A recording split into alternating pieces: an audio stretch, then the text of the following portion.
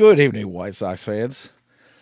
Today is December 17th. It is our typical Wednesday 8 p.m. start time. Welcome to the latest edition of Hot Takes and Heaters. I am Danny Miller. He is, I guess we should say, Taylorville's uh, pride and joy. Taylorville, Illinois / Decatur radio host, Jacob Thome. How you doing tonight, Jake? Hanging in there. We're hanging in there. We're doing well. We're doing well. No complaints, Good. except Good. my Glad to audio is hear not it. going. I believe you had a birthday yesterday, huh? I did. I did. Big ol' Michael Jordan, 23. Hey, good for you, man. Happy birthday, brother. Good Appreciate evening, it. Toss. Appreciate it. Good to see you. Thanks for checking in. Man, we had a big show last week, huh? A lot Yeah. going on with the draft. White Sox getting the number one overall pick, and then following probably about, I don't know, 21, 22 hours later or so, the Rule 5 draft, actually, it probably wasn't even that long. But the Rule 5 draft got underway and concluded. Sox picked up a couple of guys, and now here we are, man. I had a feeling that that was going to be the highlight of our offseason, at least for a little bit here. But we do have some cool stuff to talk about tonight. Uh, we're going to talk a little bit about what we think, or at least try to project what we think the rest of the offseason is going to look like for the White Sox tonight.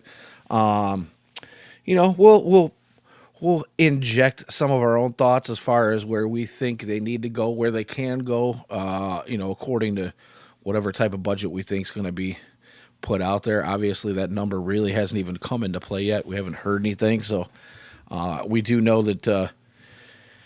We do know that Getz and company has gotten that number from Jerry Reinsdorf. It just hasn't been made public yet, and I don't know if it will be or not. But I don't expect anything huge.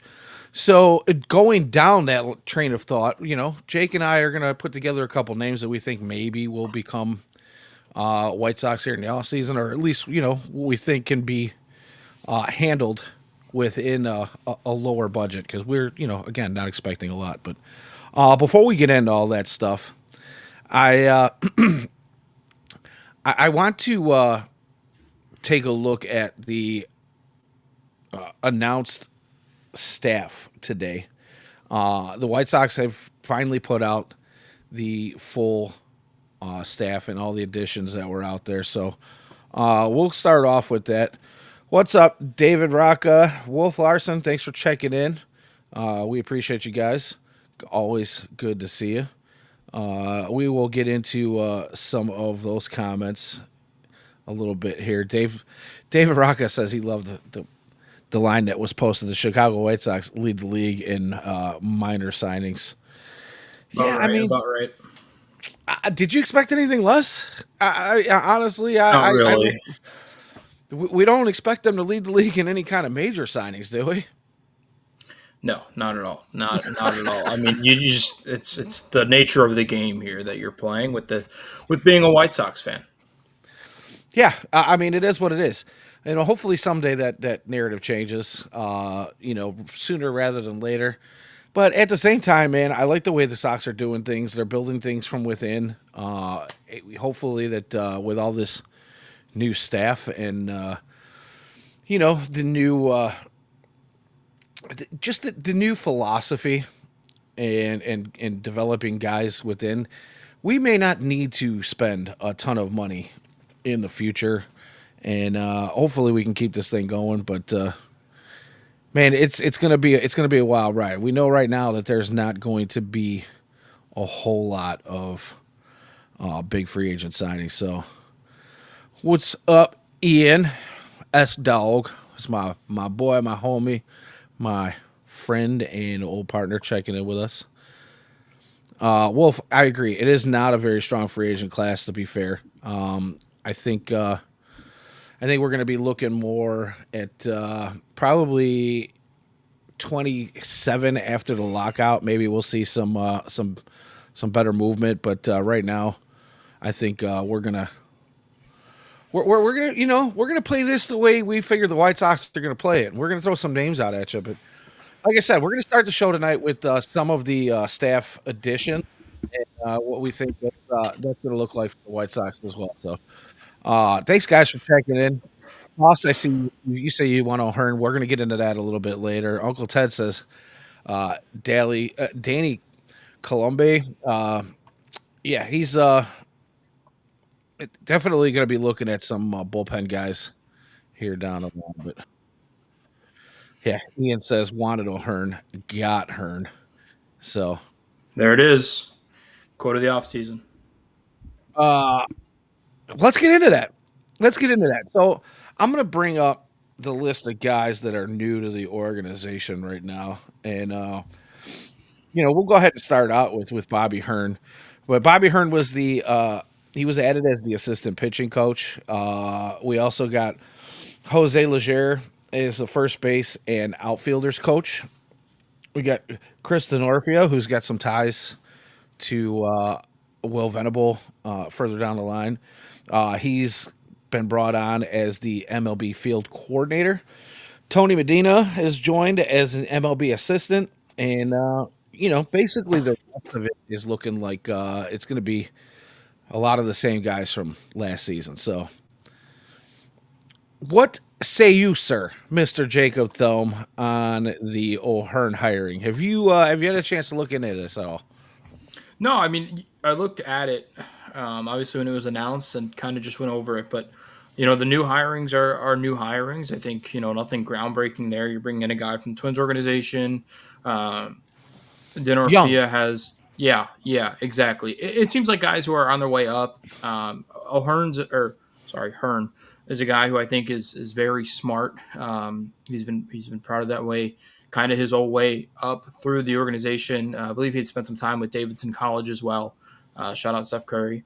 Um, but yeah, I think a really smart individual being kind of plotted for that. And I thought it was interesting that they have now announced their bullpen catchers. Those guys were here last year, I think, but it's weird that they put them on the graphic. So I think that made people look and be like, there's more staff. I don't know if that's necessarily true, but just kind of odd to this year include the bullpen catchers. Which, hey, no hate there, but just thought it was an odd graphic choice. Yeah, well, I mean, I get it. Give these guys their credit where it's due. You don't really hear about those types of guys too often, so it's nice to see your name up in lights, I guess. But in reality, I'm pretty sure you're right. I don't think that those guys are due. I think they were here last year. But I think maybe it's just the White Sox way of righting a wrong by not actually putting their names out a whole lot last season. This way they get to see their name in the tweet and in the report, and it's just again it's just nice to be recognized. So good for them. I don't exactly know why that hadn't happened in the past, but right that wrong. So Toss says that Markinson was just a starting catcher for Northwestern. So I actually didn't know if these guys Oh, had been with the team anyway. Nowhere on the website last year were the bullpen catchers listed. So I didn't know if these guys were coming back. I didn't know nothing. They also have three of them, which is kind of strange. But yeah, I really didn't know I anything thought I only about saw two. either of them. So there's two of them, and then if you go on the website, there's a third. So I don't know if Oh, they added those two, but I have no idea. But yeah, I was doing some research and thought that it was odd that all of a sudden the bullpen catchers are being shouted out. Not complaining. I think let's give our flowers where they're due. But yeah, just something interesting. yeah, it definitely is. But it's nice to know that this, especially with Markinson, you say he was just the starting catcher for Northwestern, meaning that you're definitely going to have somebody, even if it's just bullpen sessions and side sessions when these guys are, having their daily workouts and they're not actually projected to pitch on that day. And it's nice to know that you're going to have somebody that's got a little bit of experience, especially if it's recent experience, because there's a lot to be said about having trust in the guy you're throwing to, even if it's not your starting catcher, right? It's Yeah. not the guy that you're going to be throwing to on the mound. Obviously, those guys are going to be the ones that you're going to probably do the most work with when it comes time to be ready for a game or an appearance, somewhere in season. But outside of season, especially if like a lot of these guys, it was reported last couple of weeks that they're spending a lot of time together in Nashville, which is obviously crazy to hear when we've been fed rumors that the White Sox may or may not move to Nashville. I can pretty much say that we can poo-poo those rumors. It's been said before that Nashville's mayor wants nothing to do with the White Sox and Jerry Reinsdorf. Yeah. I don't know how true that is or not, but we all pretty much know how that goes. That's just a ploy for Jerry to try to get his way with a stadium, and we did that From once what I with Big Jim Edgar and the final hour back in the years before getting the new stadium here on right across the street from the original Comiskey. So go ahead, Jake. You were going to say something? Yeah, well, I mean, the new announcement that they're building a stadium and the Pope's going to throw out the first pitch kind of kills all those rumors that they're moving to Nashville, right? I would assume that the Pope isn't going to throw out the first pitch in Nashville. That'd be kind of odd. Yeah, no. I mean, he's a Chicago guy. Yeah. It's been hyped up, probably overly hyped. Obviously, we talked about it last week, and now I'm kind of upset with myself because I feel like every time I open my mouth, something bad happens. But we talked about last week how, it. I did at least anyway. That how it felt like. Back in 2005, we had a nice run from the Illini. We had the White Sox winning the World Series. We had a good Bears team that made an appearance in the Super Bowl in February of 2006. Uh, the Blackhawks were kind of starting to rise slightly. I mean, they were actually still in their kind of bad days, but things were happening. The Bulls were playing good with playoff appearances and things of that nature. And Chicago sports was just feeling pretty good.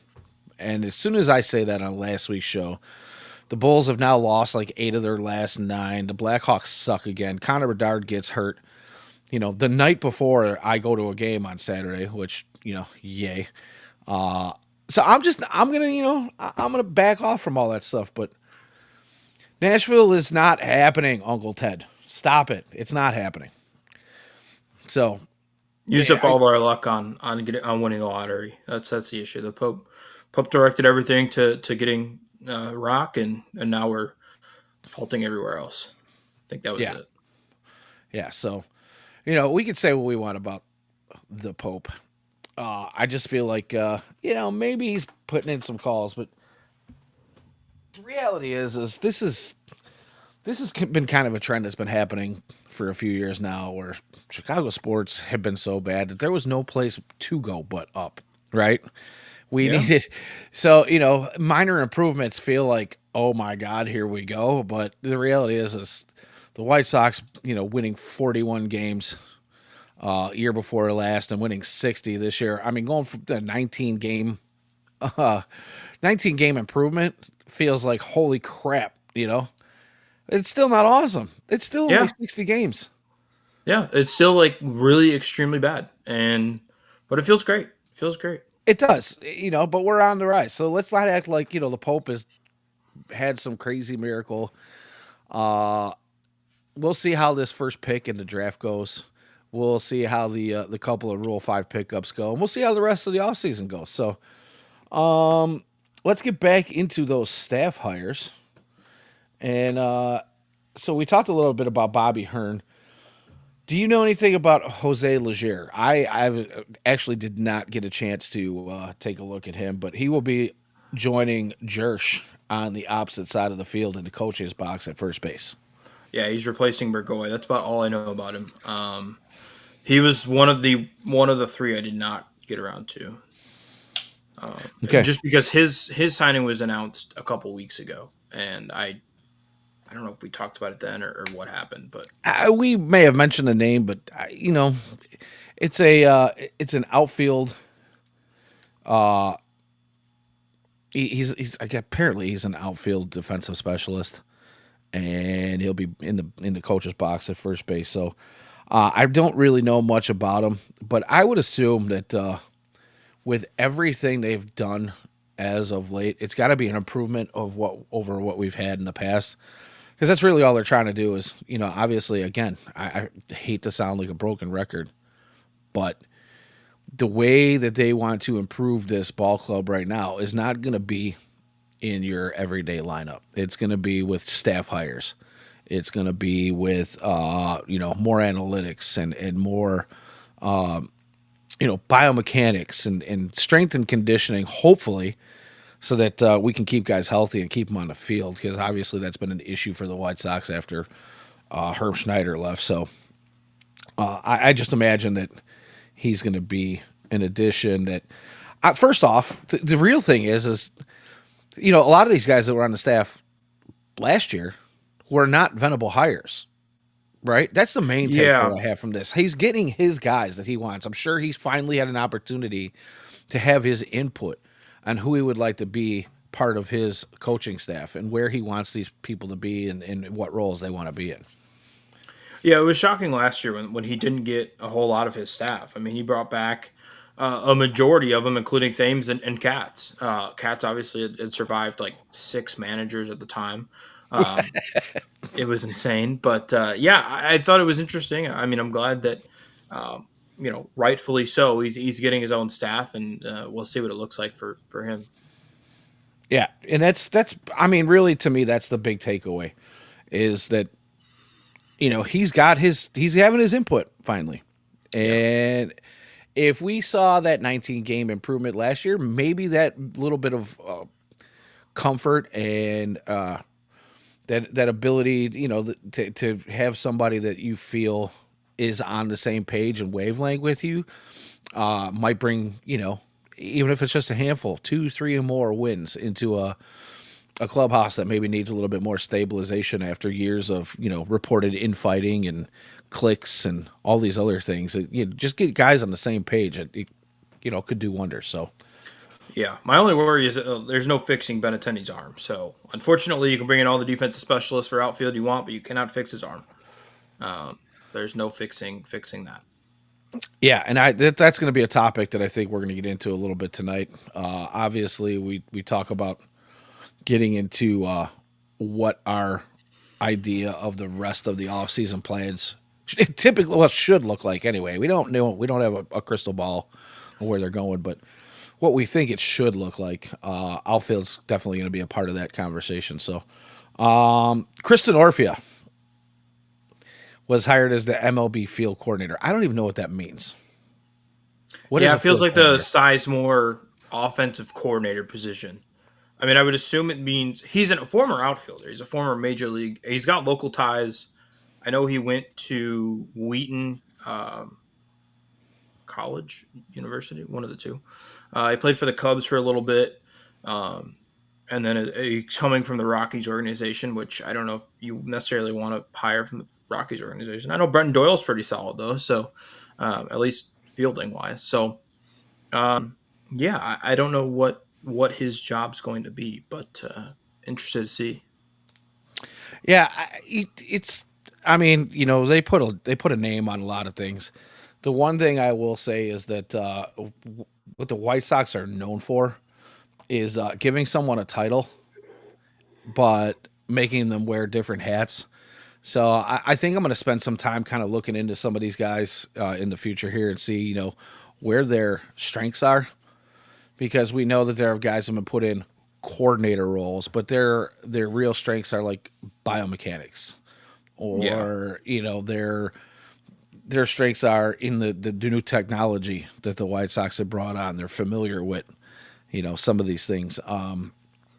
So I don't know that there's much in the title. It's probably more about who they are, where they came from, and what their contributions are going to be. So you could say field coordinator, but to be honest with you, it could be anything from like weight room specialist to you know advanced analytics specialist. You know what I mean? well, So that's like Tony Medina was on the graphic as well they put out, and he's like an analytic. Like his title is Major League Assistant. He's like he might be the head of like analytics for the White Sox. I wouldn't maybe not the head, but like he's certainly a big piece of what they're doing analytically there. yeah, so I actually glad you bring that up, because I do want to get into that, because my thoughts on this were he's the guy that is going to sit down with Venable on a daily basis. And Venable is going to tell him what he wants from him when we're talking about getting to, a 3 game set against, let's say, the Guardians. and we're looking at the potential starters for that 3-game set. And Medina's been looking at it for 3 or 4 days a week already in advance, and he's kind of putting together who the probables are and what the starting lineup could look like, and what Venable needs to focus on with his team for any given game. So this is a guy probably putting together binders and computer reports and spreadsheets about every single in and out of what the possibilities are, and turn it into a quick checklist that Venable can kind of go down, and his coaching staff in the dugout can kind of look at and say, okay, this is the move we need to make and when we need to make it. So obviously, again, that's a huge part of the game that you don't hear a lot about anymore. But preparation isn't just going out on the field and hitting fungos and taking batting practice and fielding practice and all those things. So when we talk about preparation, there's a lot of that behind the scenes stuff that you're gonna not hear as much about. So Denorfia, we talked about. I'm sorry, I'm going backwards now. I think that covers actually. Did we miss anybody on the new staff? I don't think so. I think everybody's back. Other than that, Yeah, I mean, obviously Bove and Showman are the two highlights, but we talked about them earlier in the right. year. We spent time on those guys. Really, no reason to go Yeah. over that road again. So, I guess we'll just go ahead and move into our offseason plans and the holes that remain and 40-man spots that we think are going to be filled here in the next couple of months. So I'm going to go. I gave you a little bit of homework. I gave you a homework assignment. And I will say that I did some of mine, but with the new puppy around the house and some other errands I had to run, I went from being all set and ready to go yesterday and getting out of the gate quick and getting tweets out earlier than normal. And today was an absolute nightmare. So I'm going to go ahead and have you start, and then I will give you a couple of names that I think should be part of this organization before spring. So what do you got for us today, Jake? Yeah, I mean, it depends on what they want to do. I mean, unfortunately, that's the truth of it. I mean, they clearly need a corner outfielder. Unless they're moving one of the second base to the corner, they need a corner outfielder. Unfortunately, the best fit for them is Mike Talkman. That's the one that makes the most sense. I still don't know why they let him go.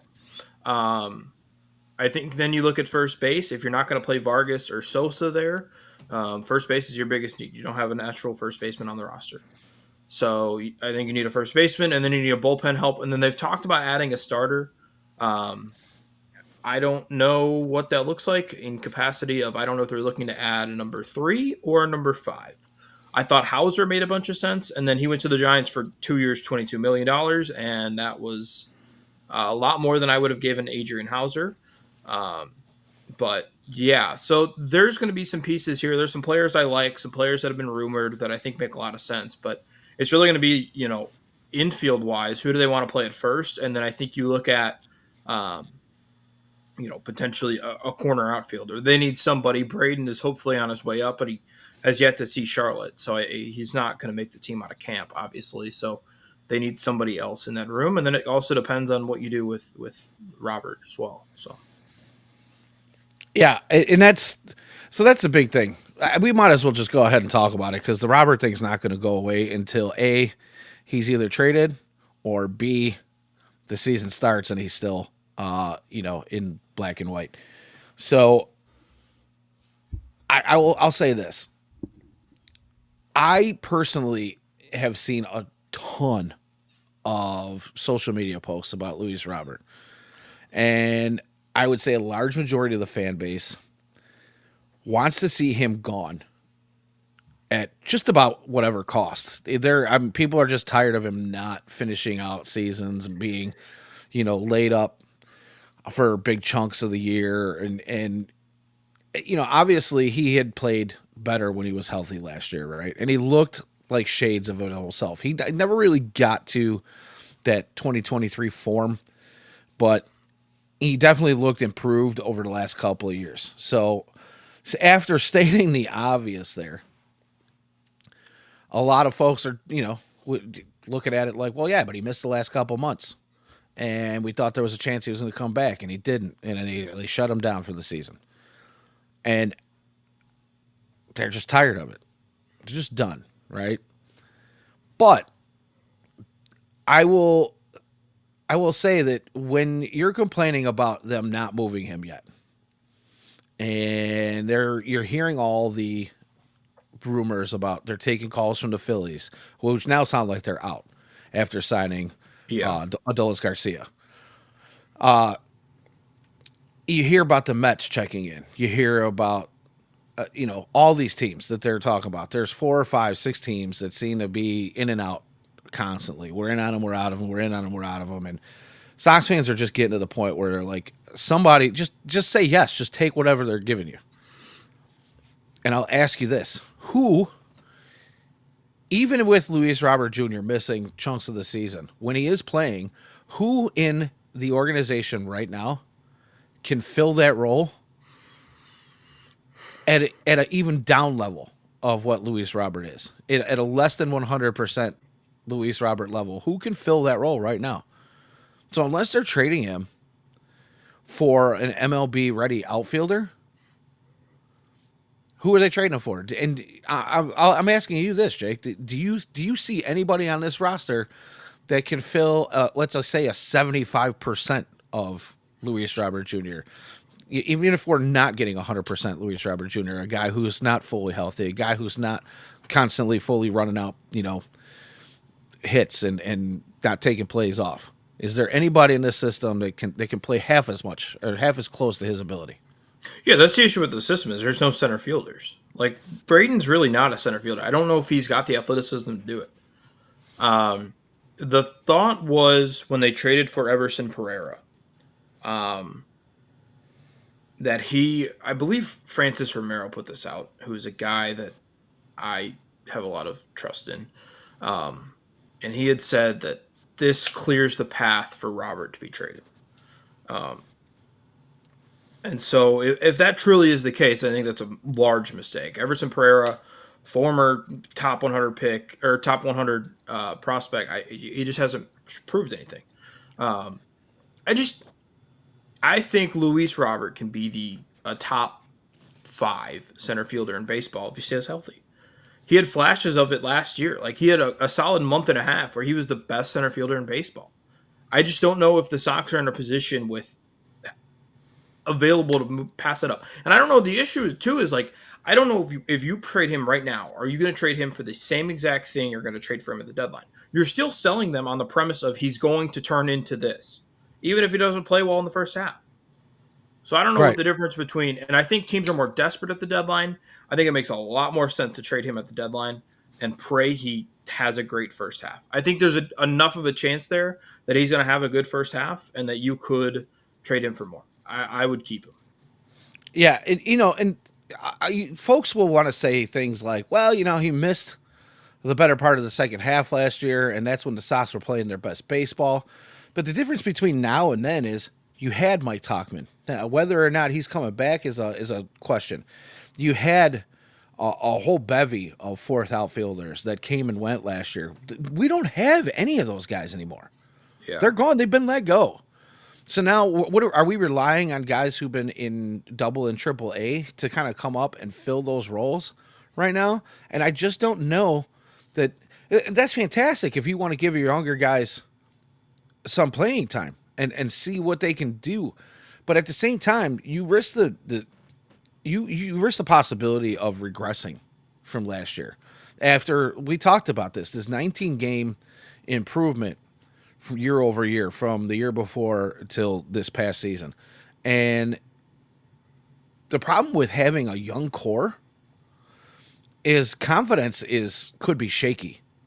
So when you see this and you come with this new staff who is trying to inject a new philosophy and a winning culture and trying to teach these kids like, hey, if we stay in this and we do the things we know we're supposed to do, we can continue to rise. The problem is if you've got a bunch of guys who are just underperforming and are not ready for that to take on that role, you run the risk of regressing, and it's just not going to be a good look for the White Sox if that happens, regardless of where they are in this rebuild. We can throw they're only in the later stages of the first part of the rebuild or early on in the second phase of the rebuild, whatever you want to call it, whatever it is. if you go backwards, it could be potentially it could set you back years. Yeah. And we go from now an organization, I've talked about this, where it's been said that it's becoming more of an organization where guys might actually want to play instead of run like hell and take a $5 million less on an offer to not play with the White Sox.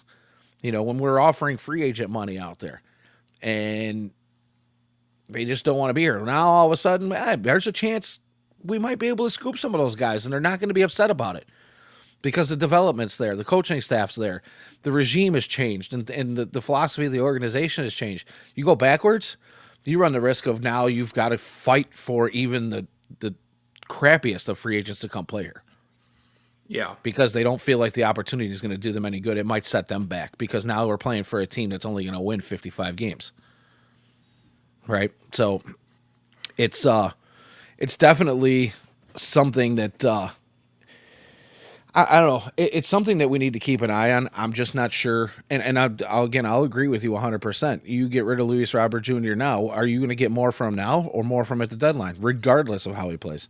Yeah. You're not I going to think you're get much spot for on. him now. You're not going to get much for him then if he doesn't have a good first half. 100%. 100%. I think you're moving him to the Mets. I think you're getting Vientos back, which I think is a mistake. Potentially you're getting Beatty, but again, you're getting another infielder. I just there's nothing there that intrigues me. In You're not getting any of their top prospects. Maybe you get a couple of young flyers. I don't know. But I would think that Getz is looking at a return for Robert as ready to go talent. And there just isn't enough young, ready to go talent that fits the White Sox needs in New York. It doesn't exist. So I don't know what that looks like. All right. So, one last question for you on this Robert thing, because again, I don't want to spend too much time on it, but have you heard the trade proposals where it's like, hey, let's package Robert with another player? And the name that comes up a lot is Edgar Carroll. What's your I feelings on have that? I have heard a lot of interesting trade options to many of different teams this week. There was a really nice one to the Padres, but that was insane. I think that was a mistake. I think that came out as a mistake. There was a 3-team trade. It was somewhere on Twitter. Somebody put it in an article with the Mets and the Padres. We got like 4 top 100 prospects out of it. It was really nice. That's never going to happen though. But yeah, no, I think that'd be a mistake. I don't think Carroll's going anywhere. I just don't see it. Corey Lee makes sense to be traded. I don't think Edgar's going anywhere. Yeah, I don't either. At least not yet. I think one season of him and you know Kyle Teal behind a dish together last year was awesome to see. But if the level of production continues beyond that, and not just the level of production, but maybe a little bit more development. They're both young guys, both getting their first taste of MLB play last year, and I just think that there's a chance that they both take a step. If you were going to trade one or the other, I think now's not the time to do that. Chris Getz, I'm just going to quote him again. He says, "Catching is gold." They loaded up on it last year throughout the system, from single A, low A, high A, all the way up to triple A and the MLB club. And if teams are really looking for catchers, I think you're right. I think Corey Lee is the guy that potentially makes the most sense right now to go in a package. There might be one or two guys down in the minor leagues that they could do something with as well, but I think you can hold on to Carroll for now. It just doesn't make sense. I know a lot of folks are going to say, well, if he regresses, you've now passed up his high watermark and his highest value to another team. But like, But what? How far does he have to regress? He wasn't good last year. Like the whole selling point with Robert right now is the defense. no, I'm talking about Carroll. Oh. I don't Right. think And, he's gonna and regress. He's like packaging. 22. Right. He's 22. Right. Which is, again, another reason that I don't want to trade him just yet. Because we all think that, everybody thinks that Kyle Teal's probably going to be the better of the two. But Edgar Carroll is a guy who, if you look at what he did last season, could be the number one on a lot of major league staffs. Yeah. And the pitching, the pitching staff really likes throwing to him. That's pretty big when you talk about, you've got guys on your pitching staff that want to throw to him every day, and now you're going to change it up, especially with a young core. And now, moving into another season where we're going to see a lot more young guys. I don't know. It's just not a good idea. Also, Teal and Caro platoon extremely well. They platoon. They it almost gives you the option to almost have like a permanent 800 OPS at your catcher slot, depending on who they're throwing, and then having the other one on the bench. I think the overall thought that you could get that out of your catching position. And the weird thing with Caro too is his defense is bad, but his defense is bad because his framing sucks. But framing's going away in 2 years. So am I really worried about it? Not really, because he throws people out of the base paths. Yeah, I mean, don't get me wrong. He's had a couple of times where I wish he'd squeeze the ball a little bit more. He's got a ball in the glove. It just kind of squirts out. But those things are far and few between. They're egregious when they happen. They're extremely noticeable when it happens, which is why fans lose their mind when it happens, because you're like, oh my God, it was in his glove and now it's all the way at the backstop. Fine, whatever. Be mad about those things. I don't really care. The idea that it's going to cost the White Sox game on top of game on top of game is just flawed. And you said, I want you to say it again. What kind of OPS plus are we getting out of two catchers, not one? A Yeah, sustained what? you're pushing 120 OPS plus out of both those guys. And It's insane. the OPS number, the straight up OPS, what was the number you 800. put? There you 800. go. There's a lot of MLB teams that can't get 800 out of their starter. Yeah. Then you're talking about platooning two guys that can stay above, let's just say, I'll even go on the low end, let's just say above 750 out of the catching position. That's huge. Yeah. That's absolutely ginormous. And if you do want to trade one of these guys, do it later. I just don't see it happening. Not yet.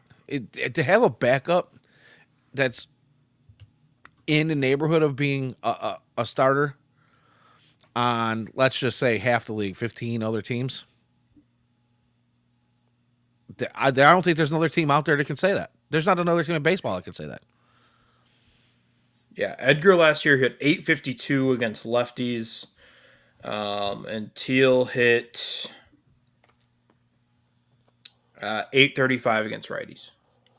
Yeah, I honestly don't think that there's OPS there's not an MLB team out there that can say their backup catcher hits between 850 and 900 OPS. The backup. Yeah.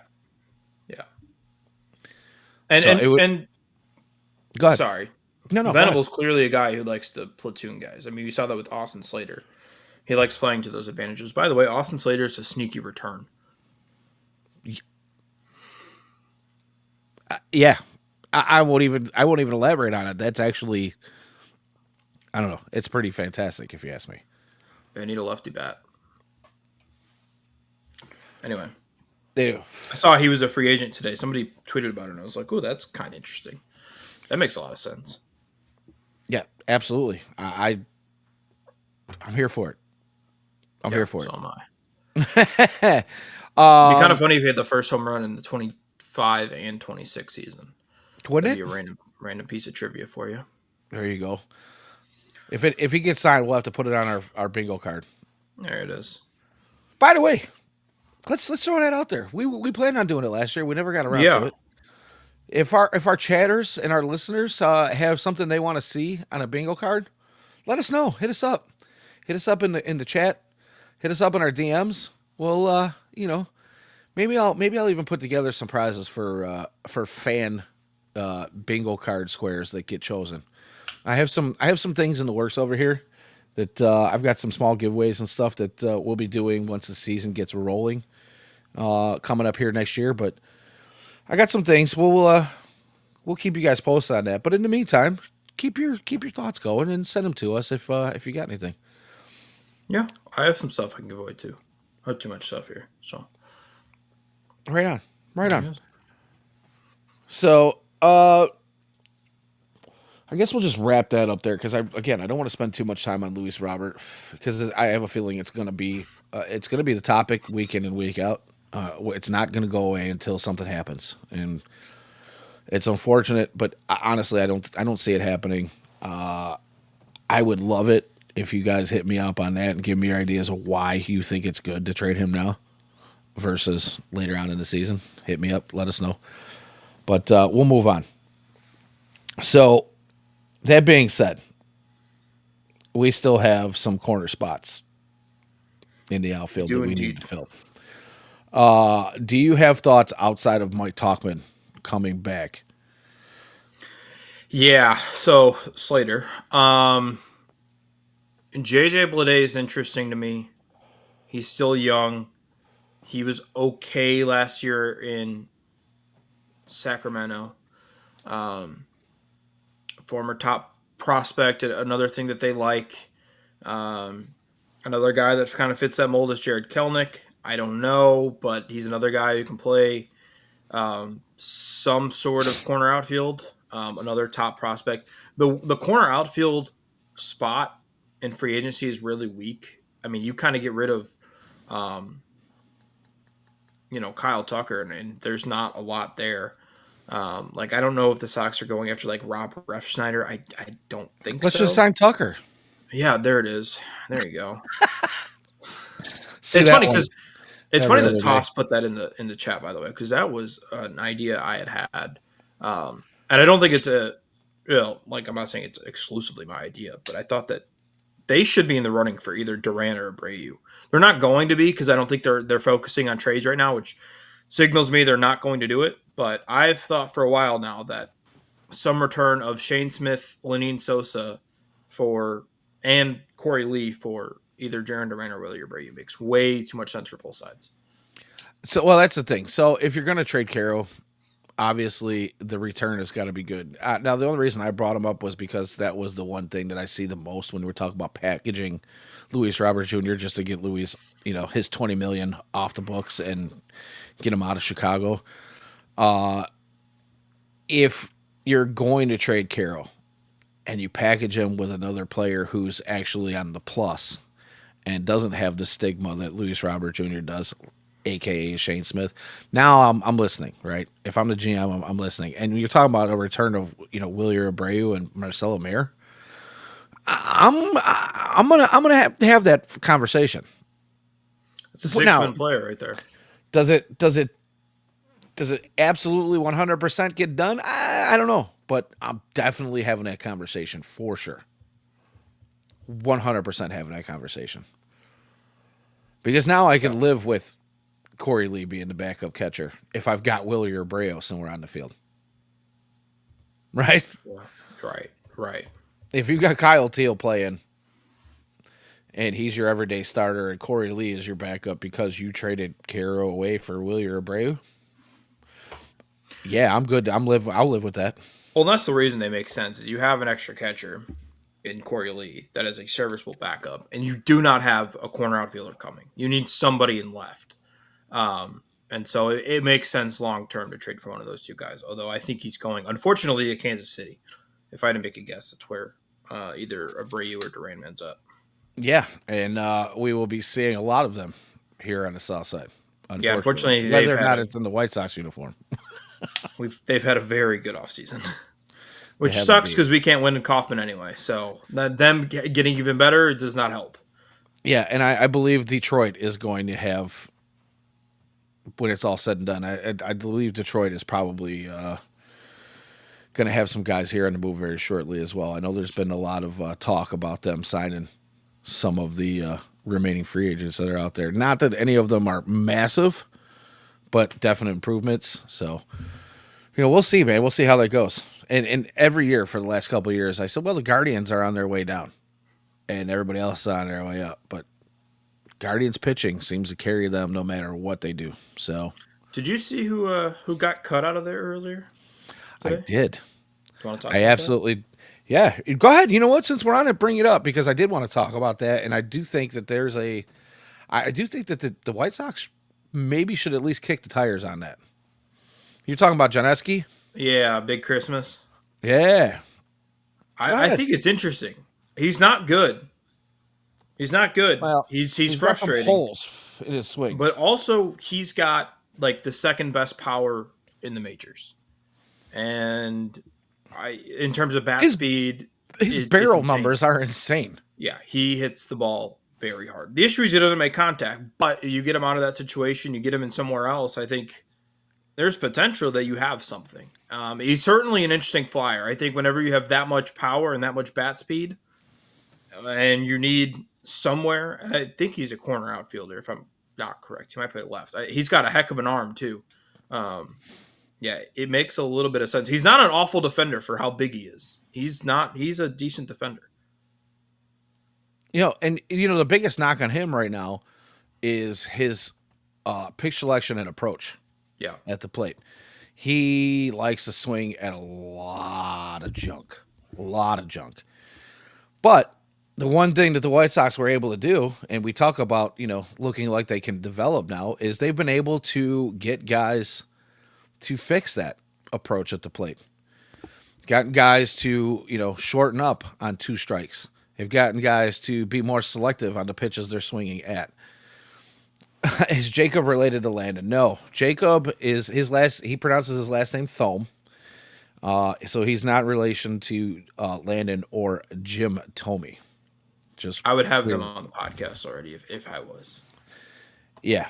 I supposedly, according to my GM, when I was working at the RV dealership this past spring and summer, I had a customer by the name of Jim Thome that was supposed to be coming in and ended up canceling. But I'm not sure if it was him or not, to be honest with you. But according to my GM at the shop, it was. And I think I will you and I say had this: this conversation. Your dad doesn't own any, or your dad or your uncle or anybody I doesn't don't have own any an gyms in the Airstream, right? family. I don't Right, have there any you go. gyms in the family, so that knocks out one of the two Tomey family or Tomey families in the area. Yeah. I mean, it's funny because I know you're originally from like the Chicago area, like what, Bolingbrook or somewhere out that way, right? Yeah, Bolingbrook. That's where I was Right. born. And now you're in Taylorsville, Yeah, and it's funny that Jim is the pride of Peoria, which isn't extremely far. So yeah, kind of funny how that all it's worked out. crazy though because my family was like from. It's funny too because we know nothing about my grandfather's side of the family. Nothing. We know he has siblings. Don't know who they are, which is where that name would come from. Both in like northern Illinois. I'm just saying. Maybe I I don't mean, think it's that far fetched. dude, I'm gonna have to get a graphic. I'm gonna have to get a Jim Tummy graphic and put your face and his face side by side. It doesn't necessarily. I don't feel like the genetics are that far off, brother. There might be a connection somewhere down the line there. I don't know. I didn't get any of his baseball talent. All None. right. So I guess we're talking about free agents and positions of need. And Tost brought up Munyateka Murakami. Was going to be one of the names that I actually threw out there today. Do you have any thoughts on him before I say what I need to say? Yeah, he got linked to the White Sox in an ESPN article. It was bizarre. Um, the projected contract is 5 years, 80 mil. That is dirt cheap. Um, I'd do that tomorrow. I don't know if the Sox have any interest, but I would do that tomorrow. He can play first base. Just don't play him at third. Whatever you do, don't play him at third. I mean, you look at it. That's Andrew Benintendi contract basically, right? Couple Exactly. dollars off, and let's be honest, Benintendi's production has not been super awesome. If you got the same kind of numbers out of him that Benintendi gives you, which I don't think you will, I think the power potential is well beyond what Benintendi's been able to do. I don't see why you don't. It's not going to break the bank. It's not going to put you in a position where you're worried about, future future salary dollars going out there and leaving you holes that you need to fill later on, and you don't have the money to do it. Right? Say what you want about him playing where he played and the level of pitching that he's facing and how that's going to translate here in the States. But let's be honest, if you're playing 81 of your games every year at right field, he's going to do some damage. Yeah. He's going to do some damage. You can say he struggles against the velocity all you want. Again, that's not necessarily something that can't be fixed. Also, that got totally overblown. It Somebody did get with overblown. just baseball put out a tweet. I think it's not true. I mean, maybe there's a little bit of struggle, but I think everybody. I mean, it's harder to hit 100 miles an hour than it is 95. That's just how this works.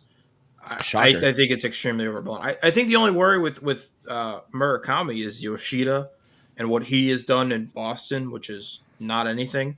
Um, but I don't know. I think he's a great hire. I think you're in the need for a power, and you're in the need for a first baseman. I think it makes way too much sense. Now, I don't know if they're going to give out that type of contract, but I think they should. Yeah, again, it doesn't break the bank. And, if you get the level of production, which I think is going to be better than Benintendi's production, and a guy who, you can say whatever you want about his defense. And honestly, dude, playing here on the South Side gives me a little bit of uh, excitement to see a guy who can mash balls again. You know, uh, we hyped up Eloy Jimenez for years, and we watched him hit some tanks that were just absolutely amazing. Luis Robert Jr., same thing, although we really haven't seen a ton of that, uh, you know, concourse power as of late. This guy gives you that. Yeah, This guy gives you that exciting monster bomb, and for the price of what his contract is projected at, I don't see why you don't at least jump in to the sweepstakes. All right, I'm gonna go ahead and hit this. Oh, before we get into Emiliano, thank you, Emiliano, again for the super chat. It's much appreciated. We really love the support. Before I hit that comment, I am gonna hit Wolf here real quick. He says he's more interested in Okamoto. He's a bit older though. Do you have any thoughts on that? I have a couple of thoughts on Okamoto. my issue is Okamoto plays third base. I don't know if they want another middle infielder. They have too many third basemen as it sits. Unless you're moving Vargas to first, but then you still have Curtis Mead. You still have Tanner Murray. You still have Brian Ramos, if he ever exists. Like they have way too many third basemen. I'd much rather them signing a massive power first baseman. That's just my opinion. I don't know how Right. many other people agree with that, but that's And my let's not opinion. for and you're talking about just in the near future. Let's not forget about if Okamoto comes here, he's probably going to need a minimum of a 3-year deal.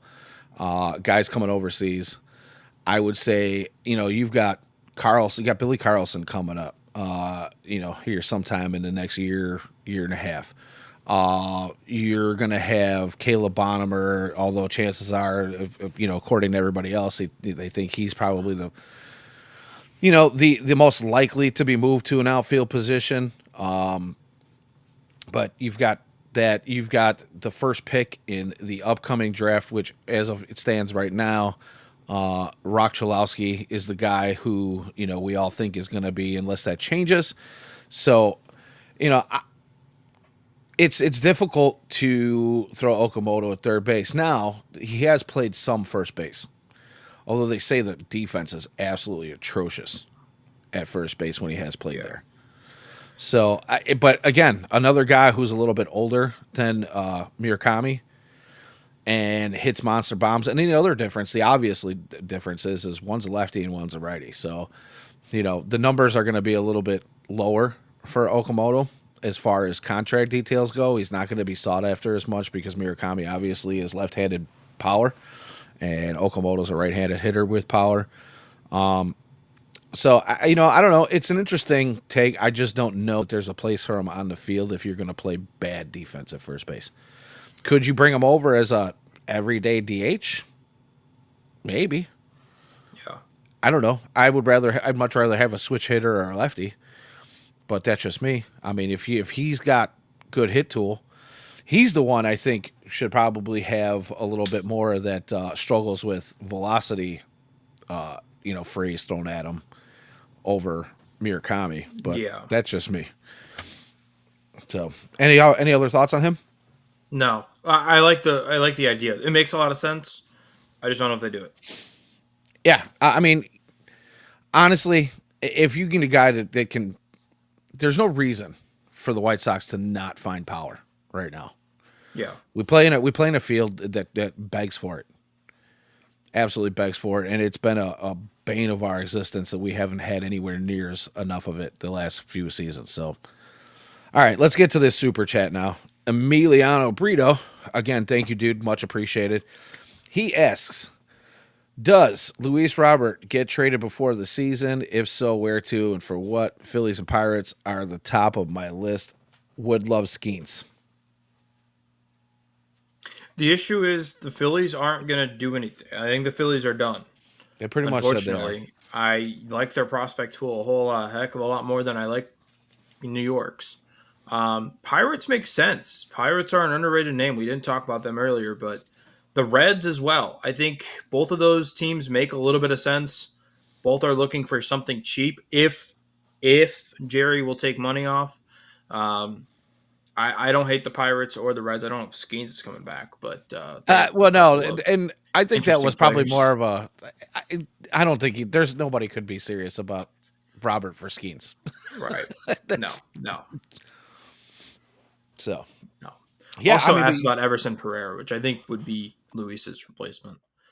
So yeah, I mean, I don't. I will say if Luis is going to get traded before the season, I would expect it to be closer to spring training. Um, that would just be my thought about that. Um, and then yeah, Pirates make sense. Toss puts out Tamar Johnson. Did Tamar Johnson have a good year last year? I had so much hope for him coming out of the draft, and he has not uh, been good. no, that's the thing. It's been a bit of a disappointment for Tamar Johnson.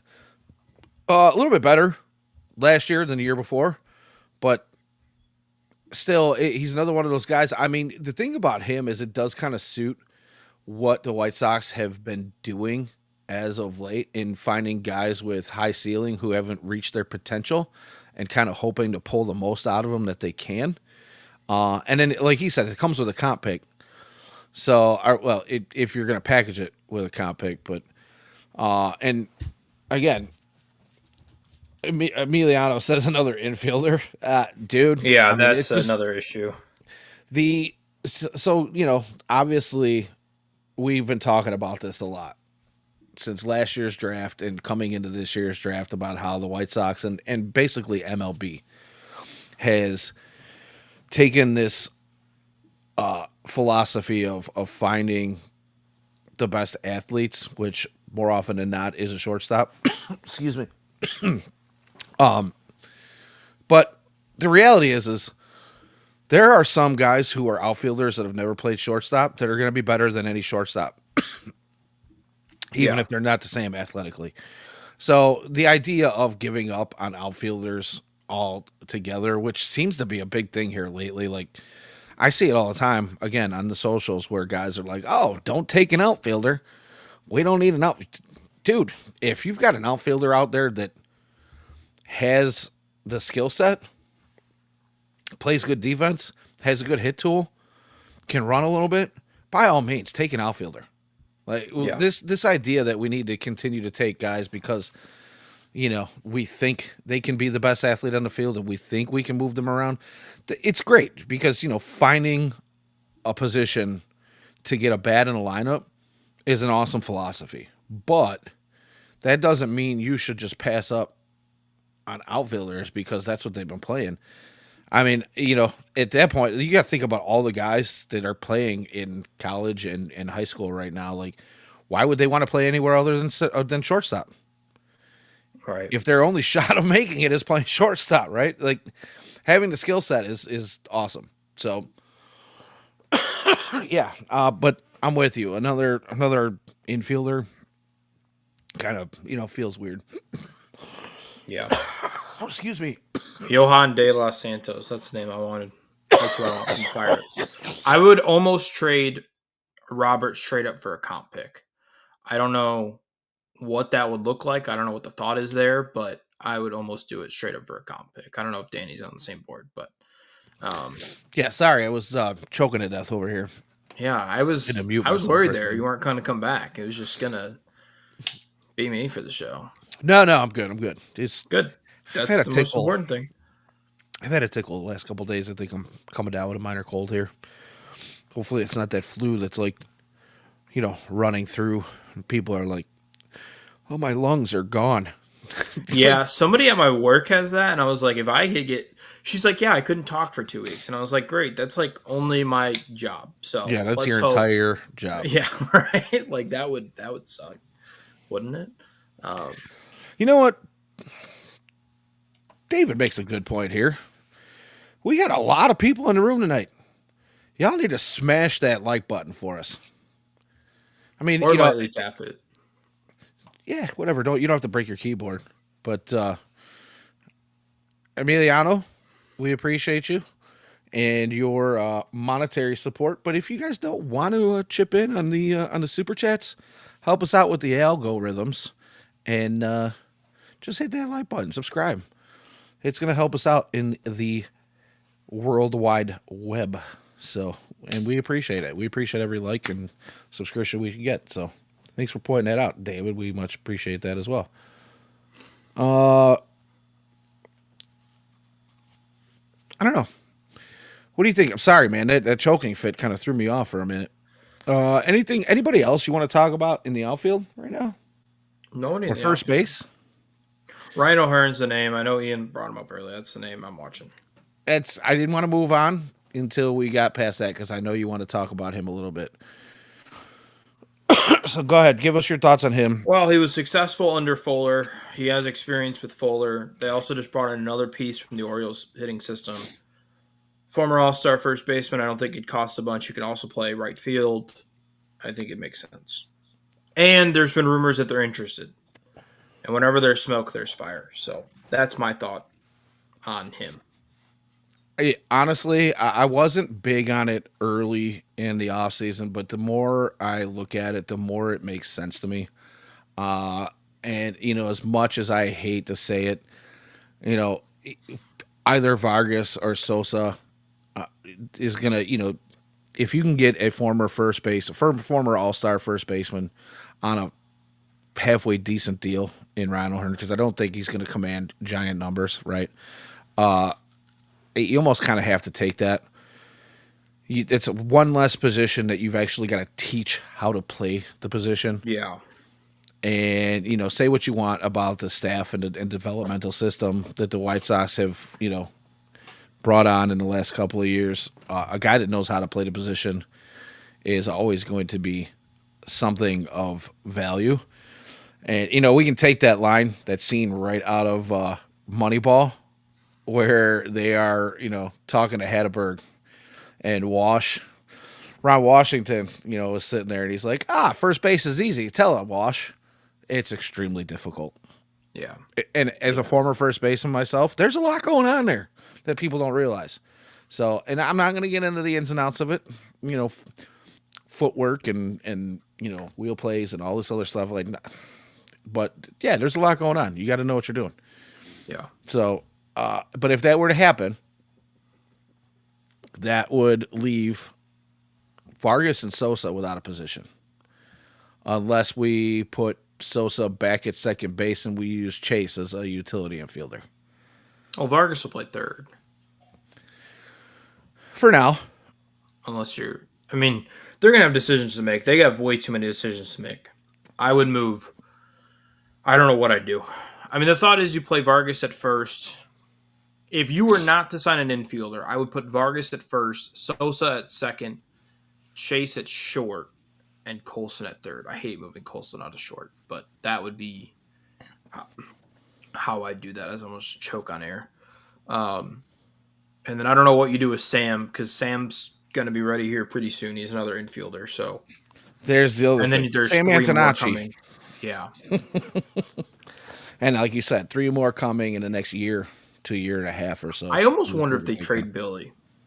Billy's going to get an opportunity to debut as a Sox, but I almost wonder if he's on the move. That's a Yeah, I don't way out of left field take, but I almost wonder if he's on the block.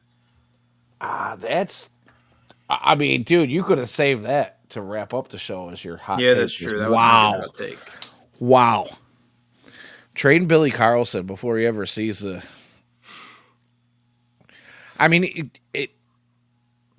It's nothing that honestly, he did. Like, it's not like I think he's a bad. no. I like the pick. It's just with His the value, circumstances. It just yeah. It makes a he's little bit. got value before ever stepping on a major league ball club. Yeah.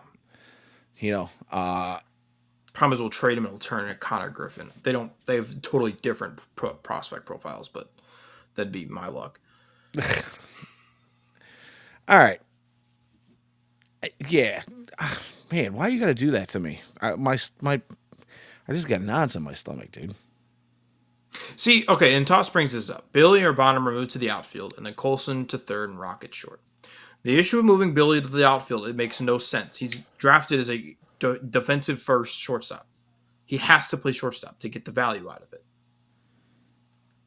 In Yeah, my I opinion, you have to play him at short. So then I think what makes the most sense is Bonham in left, Colson at third, and Rock at second. But also, Rock's a really good defense. I don't. It's a weird issue to have of having too much talent. It's a bizarre issue. It's almost like the Pirates in pitching. Just doesn't make sense. did you just say too much talent in the In same one sentence? position, yeah, they have four. In terms of the White Sox. They have four top 100 shortstops. I know Colson's not a prospect anymore, but We're talking about the White Sox and too much talent. I know, crazy. And Antonacci might be another one. I know he think he's a shortstop. I don't know. And then like somebody brought this up on Twitter. I don't know. It might have been. I don't want to misquote somebody, but somebody was like, "No, it doesn't stop him from drafting Rock." Somebody was like, "Damn, I really like Chase my draft, but now he's like out of everybody's future plans." And I was like, "Yeah, that's kind of unfortunate. I really liked him too, and I still think he could be a really good Major League Baseball player. I just don't know where he plays on the team." I think he's in my opinion, I think he's your utility man. I think he's your utility man, and Yeah, the only reason I say that is because Sosa was your best offensive player last year. Regardless, you can talk about not walking and his OPS and his batting average and his on base percentage only being, slightly different. Which I don't know if you were paying attention at the end of the season, that started to change a little bit. yeah, he He did was walk walking more, more. not a ton, but No, but better if than that's a zero. trend that continues, and you trade him away, and now he's playing maybe against you, and he's hitting 25 home runs a season, and he's walking, at a let's just say a 3 or 4% more clip. That's gonna hurt Yeah, to see, right? I think Chase he's the igniter. He's a spark plug type of guy, right? He's a guy you want at the top of your lineup because his hit tool is good. He can get on base. He's I wouldn't say your prototypical leadoff guy, but he's maybe a good two. yeah. I don't know if he sees enough pitches to be a leadoff guy. But he gets on base. He's a slap hitter that does things that you like to see, right? That the Sox have kind of been missing for a while. But honestly, again, we play in a field that screams for power. And you can say what you want about Lenine Sosa's defensive numbers. That is way overblown. Way overblown. He made some stupid mistakes, He did. And but like you can compare him to any other second baseman and shortstop last year and say, well, there's a whole bevy of guys that were better than him. But did he cost the White Sox that many games? no. I can think of one where it was like egregious, where it was like the 8th inning and he made some The really play at first was bad, but that wasn't even at second. Listen. I've compared him to Marcus Simeon. I think very highly of Lenyn Sosa. So yeah, I don't know. It's it's difficult to say. And again, it's a good problem to have when you're actually talking about having guys fighting for positions. Where especially we're talking about second base has been a black hole for so long for the White Sox. Yeah. For years and years and years, it was second base and right field, second base and right field. We're still having issues with right field. But now we've got a bevy of guys who can play second base and be at minimum serviceable there. And I want to say this, like the good news, and this is being brought up in the chat quite a bit. The great news about shortstops is they can play anywhere. Like you can move these guys anywhere. Like look at the Padres. At one time, the Padres had a shortstop at every single position on the time. Like look at Tatis, look at Baez. These guys moved to the outfield extremely well. It's just I don't know if they give you the same defensive value in the outfield as they do there.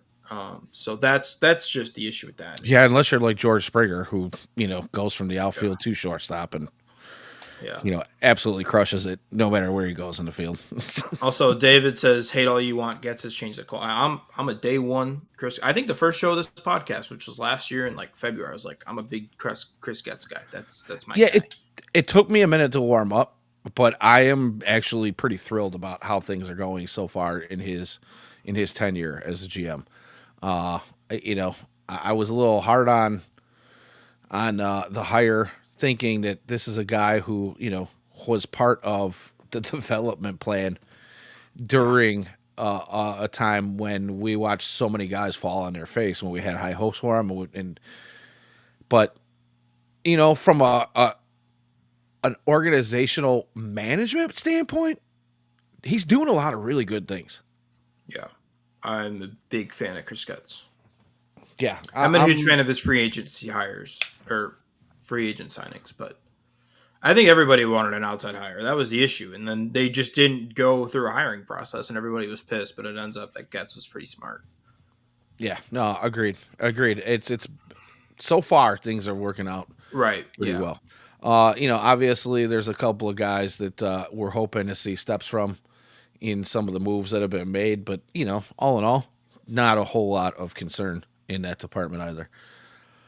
Man, the chat is really going. It's hard to keep up with all you guys and stay on track for what we wanted to do tonight. But we're actually almost an hour and 15 minutes into the show here, and I did want to talk a little bit about some holes of pitching.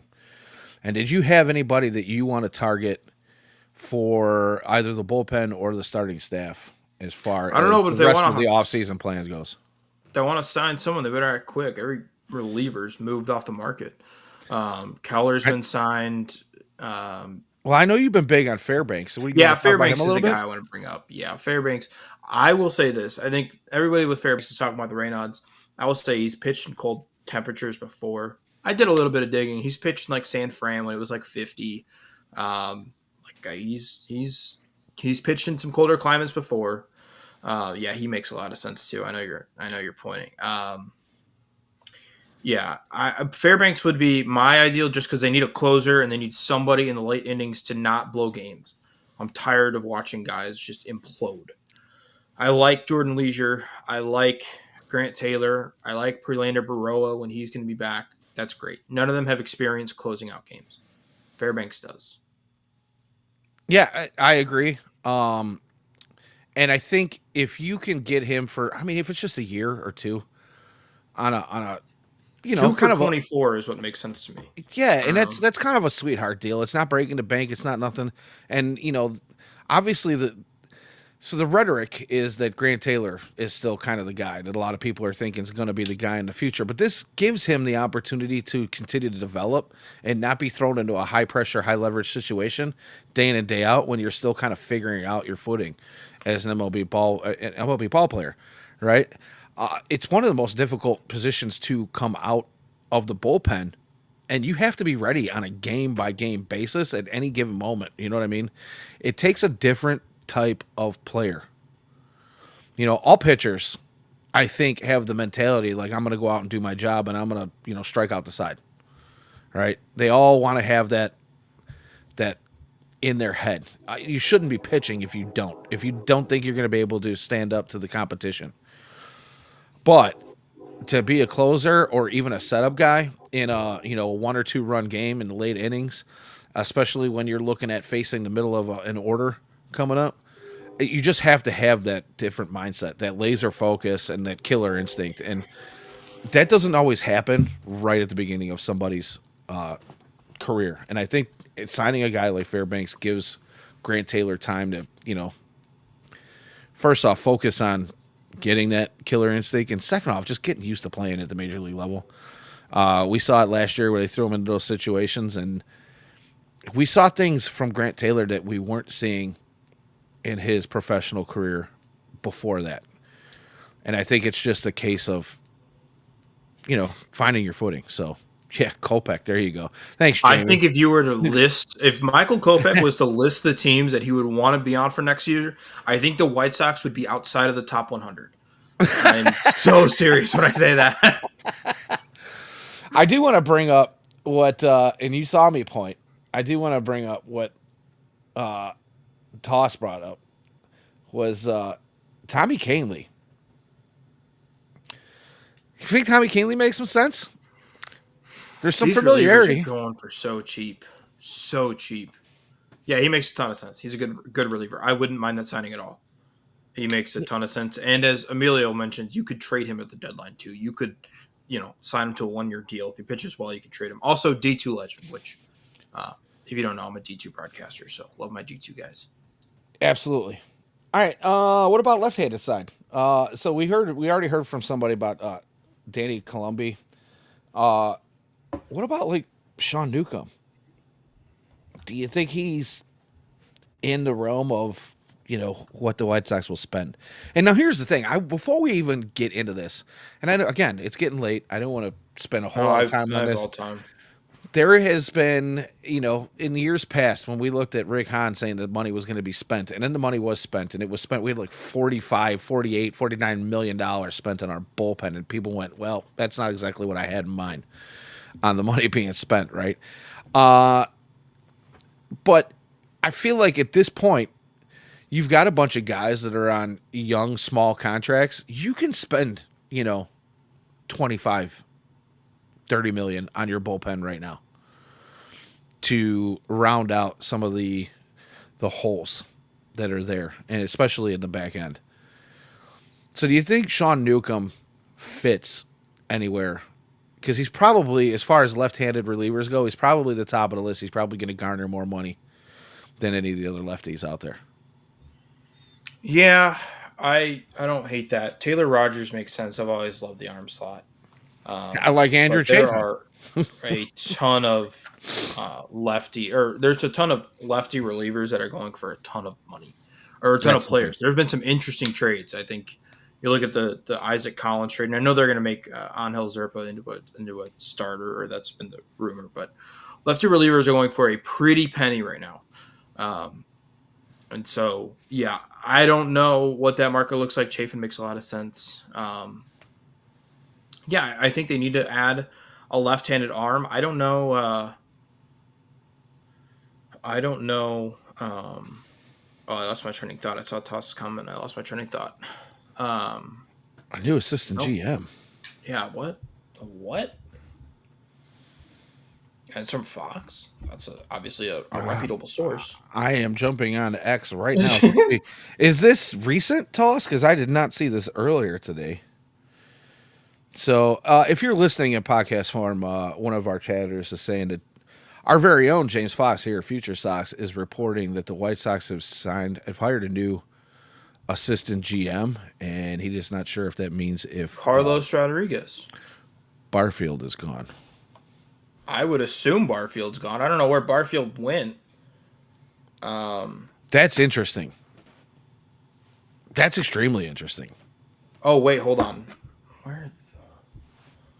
I love when random news. Okay, so he also says that James said Barfield is staying. So maybe Barfield's Barfield is getting not. is he getting promoted? He's already been promoted. Ah. So I missed that. Okay, so here's the. Is this Fegan's article? I want to. Yeah, James Fegan says the White Sox are in final stages of hiring former Tampa Bay Rays assistant general manager Carlos Rodriguez to a role in the front office, which has now been confirmed, I think, as assistant general manager. When this hire is completed, Rodriguez is expected to also hold the title of assistant general manager with the White Sox, a front office designation also held by Josh Barfield and Jin Wong. So they've already had two assistants. I don't know if they're going to have. So who is Jin Wong gone? Yeah, I saw that. I don't know. That's interesting. Again, another staff hire. Yeah, that came out of nowhere. I was not expecting another assistant general manager.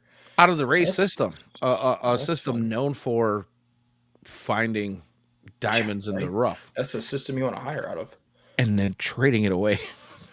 Yeah, right. Oh, international scouting guy. I Oh, see. Ian, thanks you for coming through in the clutch. He's an international scouting guy. Perfect. what happened to the Mets guy? Is he still? Now I need clarification on that. Are they working together? Is Carlos above the Mets guy? Is he below the Mets guy? Shows Side you how by much I side. know about the inner workings of this organization. Well, there's been a lot of movement, so it's kind of Right. hard to keep up here as of late. But yeah, man. Uh, again, I don't. If it's an international scouting guy, he says that's what I'm here for, and we appreciate you. But again, I'm actually pretty big on the international scouting guys if they're good at their job, because this is somewhere where this organization needs to excel. If we're not going to spend the money on the big free agent names, we can find those guys on the international side. uh it's been a move, like when it comes to the international draft, where the White Sox are now spending their draft pool on 25 guys instead of 8, and hoping that maybe somebody develops through there, which is, in my opinion, probably a better strategy than they've had in the past. If you've got a guy who can recognize that talent and find somebody on a much cheaper of a dime, I'm all for it, man. I This mean, the guy's a Rays have had success G. bringing over. I mean, they brought over Wander, right? Like that wasn't a trade. I mean, obviously Wander, bad things, bad guy, but I mean that was an international free agency signing.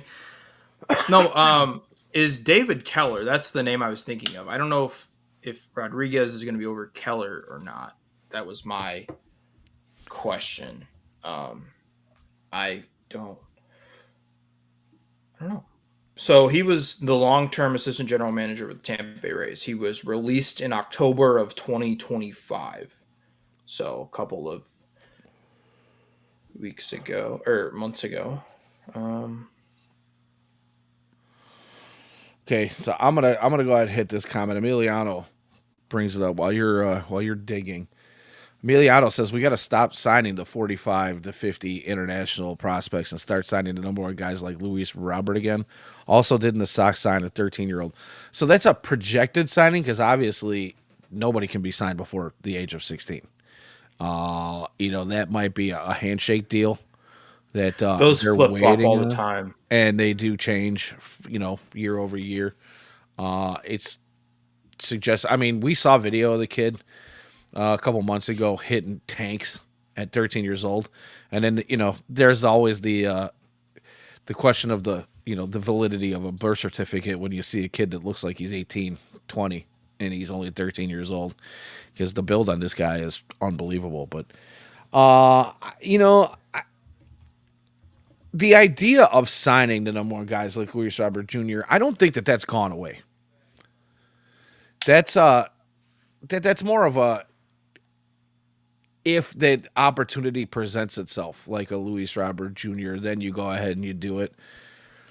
But the idea that now, here's the thing: the Sox were leaving money on the table. They weren't spending all of their international money before, and now they've gotten to the point where they're spending most, if not all of it, which is why we're getting more guys come through the system. Now, obviously, there's been the change where we no longer have the lower levels of affiliates in the last couple of seasons, because MLB decided they're just going to get rid of some of those, the lower, the bottom tier of the affiliates. So there's less places to stash these guys. But at the same time, if you've got guys that are playing in like Dominican leagues and wherever else, it's possible to be able to find some talent in numbers. So I don't know that that's going to go away anytime soon as far as signing, like, like I said, anywhere between 30 and 50 guys. Let's just say it's not that big, but, instead of sending, it says, golly, I can't talk all of a sudden. Instead of signing only, 8 to 10 international guys or 5 to 6 some years, they've gone out and gone into the 20s. And, I hate to bring it up, but the Guardians were one of those teams that were known for doing that and pulling some talent out that people were like, where did this guy come from? And he was a small dollar signing in the international market. So, Yeah, yeah, I mean, they're not going to, I don't think they're going to pass up on guys like Luis Robert Jr. Obviously, that was the last of the big dollar signings because you weren't able to go over your pool money anymore. So, yeah, Toss says Jacob's doing research. He is, and I'm just over here jabbering away. So, yeah, but it's a really good hire. This is an insane hire. He was the huge vice shout out to president with the Rays. I mean, he was a big piece of that organization for the last 15 years. I mean, I'm very shocked that he is an assistant GM. That's what he was in Tampa. I guess he doesn't want to be a GM. I would assume that he has the power to do that. But yeah, it's a pretty big signing. I don't know how that's going to work in the international world. I know David Keller was a big part of that. I will say the White Sox have just built that giant facility, and I want to say the Dominican. Um, Is I it done? I could think be, they just broke ground on it recently. I'm not sure if it's done yet, but yeah, it is in yeah, the but they're works. they're building it. Um, so yeah, I mean, I think there's going to be more focus in that area. I'll say I know you were talking about it. I think there's a lot of overblown in this in terms of bringing in the top guy in the international market. Like Acuna was like 42. Thank you, Ian. Um, like He also there's says, oh, go guys ahead. down the board that have signed for less. I mean, and have been good players. So yeah, I don't mind. I understand the thought process of going out and getting the best player, but you have to be able to develop it. And getting a new facility open down there will certainly help with that.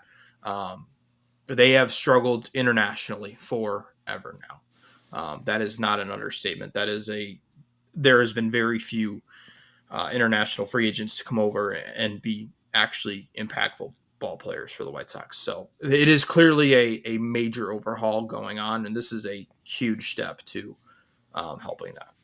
Yeah, agreed. And Ian actually said it in the chat as well too. More smart guys around, which is a philosophy that I had an old GM telling me that in his success was based on surrounding himself with people smarter than himself. He was more of a people manager.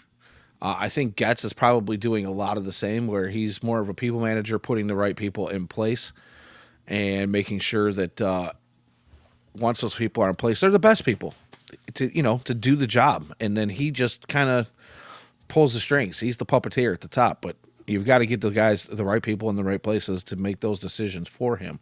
So I think it's a great move.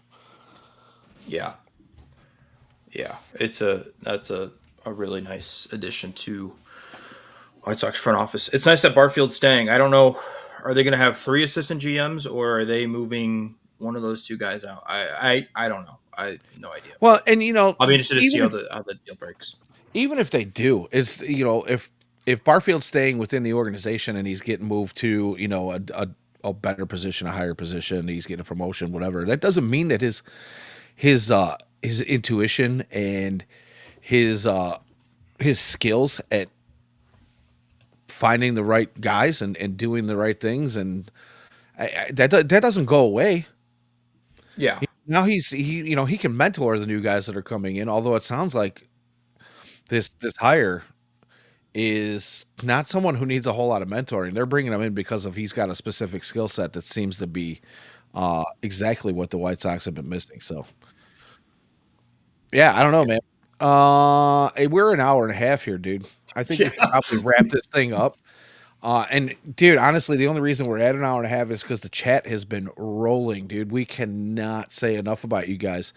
It has been a little bit of a slow news cycle, but big things are still happening regardless. And I think we're going to see more of that plan come along as the offseason develops and moves on.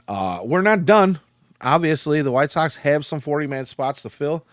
I don't think they're going to fill them all within the organization.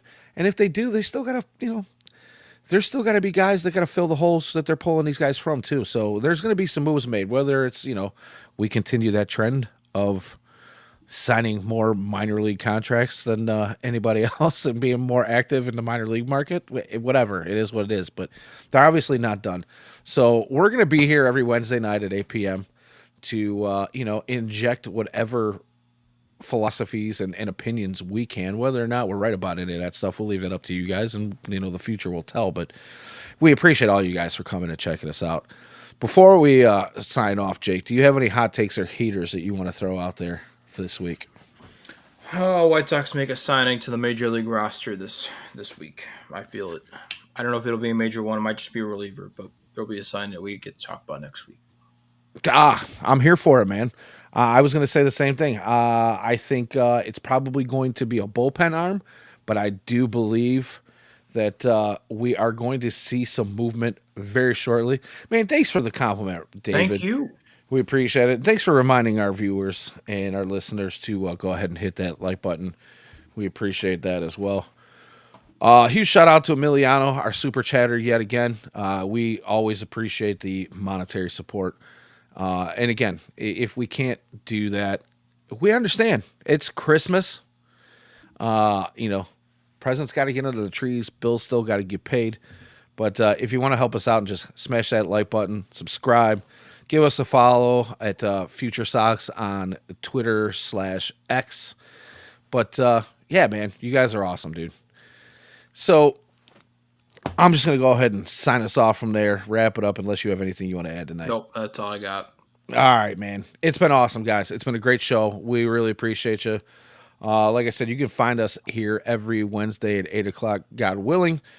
If you guys are into our written content, you can find all of that and all of our links to podcasts and whatnot on the website at futuresox.net. You can check out our other guys, our other shows. We've got James and Ian with the Future Sox podcast, as well as the Future Sox Roundup with Dylan, Elijah, and Jeff. Yeah, man. We're doing some things. Check out our written content. Our boy Adrian White has been putting out article after article. He's a young kid. He's well motivated, and he's a heck of a writer. You guys check that stuff out too. Until next week, I'm Danny Miller.